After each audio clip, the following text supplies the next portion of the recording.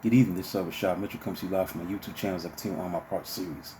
The week that was college football history review, the 1962 college football season. This is week 2, September 29th, 1962.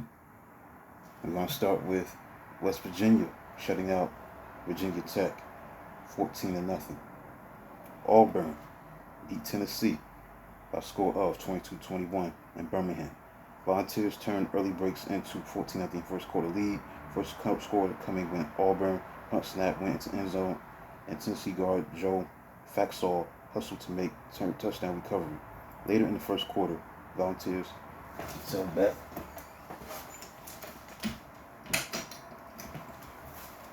George Cannell returned punt 17 yards, then tried to hit his brother wingback Whit Cannell with pass that was interfered by Tigers defensive back David Burson. Another Volunteers tailback, Marlon Faircloth, then rifled 12-yard touchdown pass through tip by Auburn defender to wingback Wayne Woff. After second quarter field goal brought Auburn within 14-3. Tigers halfback Jimmy Burson returned punt 74 yards to set up big halfback Larry Luster's first of 2 touchdowns to allow Tigers to start to a 14-9 lead. So sophomore guard Steve DeLone had clouded Auburn's running game in the 15-14 first half, but Tigers sophomore quarterback Jimmy Seidel gained 52 yards, then went back to riddling Tennessee with his passes in second half. By game's end, Volunteers had gained just 86 yards, but their only sustained drive in third quarter had provided 21-15 lead as George Cannell threw his touchdown pass. Lester's fourth down punts later in third quarter tied it at 21-21. The kicker Woody Woodall overcame a 15-yard penalty to make winning conversion kick. Number 7 Mississippi beat Kentucky 14-0 in Jackson. Now each team felt strong degree of strain. Ole Miss was dealing with turmoil. National spotlight focused on its campus because of arrival of first African American student James Meredith. Kentucky was at minimal manpower due to 58 of 88 players quitting during intense preseason camp of Coach Charlie Bradshaw, while Governor Ross Barnett spoke at halftime of loving Ole Miss customs and heritage and Mississippi's onerous defensive line play of end Woody Dabbs and guard linebacker Don Dixon had held Wildcats to 4 yards rushing to that point. So the Rebels rambled for 228 yards rushing as quarterback Glenn Griffin had wedged over from 2-yard line in the last minute of first half for 7-0 lead. Ole Miss traveled 67 yards in 13 plays at the second half kickoff as halfback Chuck Holloway took pitch out to tally from 6-yard line. Wildcats got good mileage out of quarterback Jerry Woolen, but end time Hudson couldn't hold end zone pass amid 2 defenders in second quarter. Another late threat late in third quarter was halted by Rebels fullback linebacker Buck Randall's interception at 35-yard line. Number 5 Louisiana State matchup against Rice in a tie of 6-6. Oblivious to snowing LSU pass rush, far-sighted Rice sophomore quarterback Walter McReynolds completed 13 of 23 for 179 yards. Touchdown interception on 4th and 27 play with 2 sacks of McReynolds in second quarter. Paul Haley's sophomore passer flipped screen to wingback Gene Fleming, who stepped past falling Tigers to 30-yard touchdown. McReynolds, who played 60 minutes and started only because veteran senior signal callers Billy Cox and Randall Curbo were out with injuries, made only single mistake. Bengals defensive end Gene Sykes picked off his pass. Since Owls had missed kick after Fleming's touchdown, it gave LSU kicker Lynn Amity chance to win it with third quarter conversions after halfback Jerry Stovall's 6-yard touchdown run. But extra point snap was bobbled, keeping score at 6-6. Tigers halfback Danny LeBlanc frustratingly lost fumble at Owls' 10-yard line in game's final minute.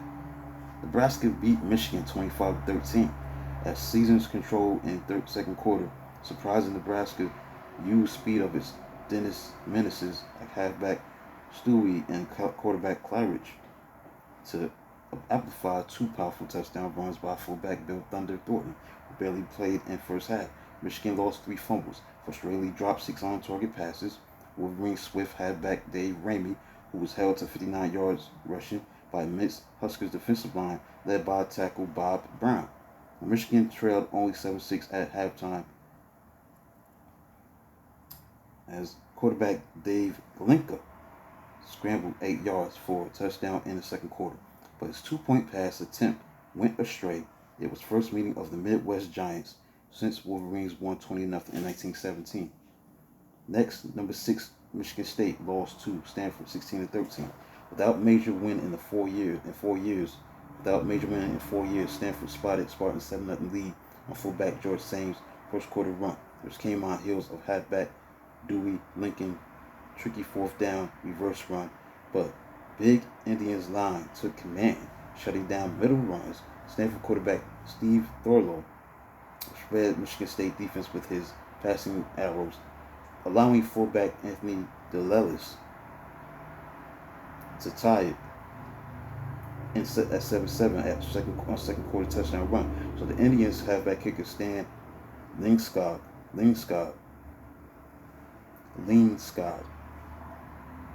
added 24-yard field goal for a 10-7 lead in halftime.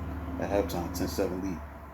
Biggest play in Stanford's upset came in the third quarter on halfback John Pay's 33-yard run off tackle Chuck Buehler's block, capping a 78-yard drive that clinched it at 16-7. Finally, Washington beat Illinois by a score of 28-7. Trip to Seattle turned into an unhappy 36th birthday for Illinois coach Pete Elliott at Washington spread its touchdowns over all 4 quarters. Huskies launched 69 yards drive after opening kickoff. Most of the yards came on the ground. Huskies launched their rushing attack that gained 232 yards by game's end. Halfback Charlie Mitchell crashed over from 2-yard line for 7-0 lead. Quarterback Bill Seiler tossed 31-yard touchdown pass to end lead Bernhardt in the second quarter and set up another touchdown with pass. Illinois pulled within 14-7 at halftime. They pulled within 14-7 at halftime. Illinois on 2-yard touchdown run by fullback Dave Pipe. But Washington burst out from halftime relaxation to tally on halfback Martin Wyatt's 4-yard touchdown run within opening 5 minutes of the second half. So that concludes a look at the week that was week 2, September 29th, 1962. And let's get into the AP poll as of October 1st. They had number 1 Ohio State, number 1 Ohio State, number 2 Alabama, number 3 Texas, number 4 Penn State, number 5 Georgia Tech, number 6 Southern California, number 7 Mississippi, and number 8 Washington. Number 9 Miami, and number 10 Army. So that's the top 10 for the AP poll as of October 1st. Ohio State, number 1, number 2 Alabama, number 3 Texas, number 4 Penn State, number 5 Georgia Tech, Southern California at number 6, number 7 Mississippi, and number 8 Washington, number 9 Miami, and number 10 Army.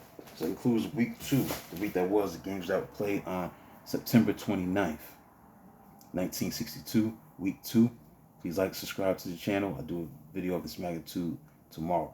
Until then, talk to you tomorrow. Like, subscribe, comment, do whatever you can to support the channel. Like, subscribe, and comment if you like the channel. Until then, talk to you tomorrow.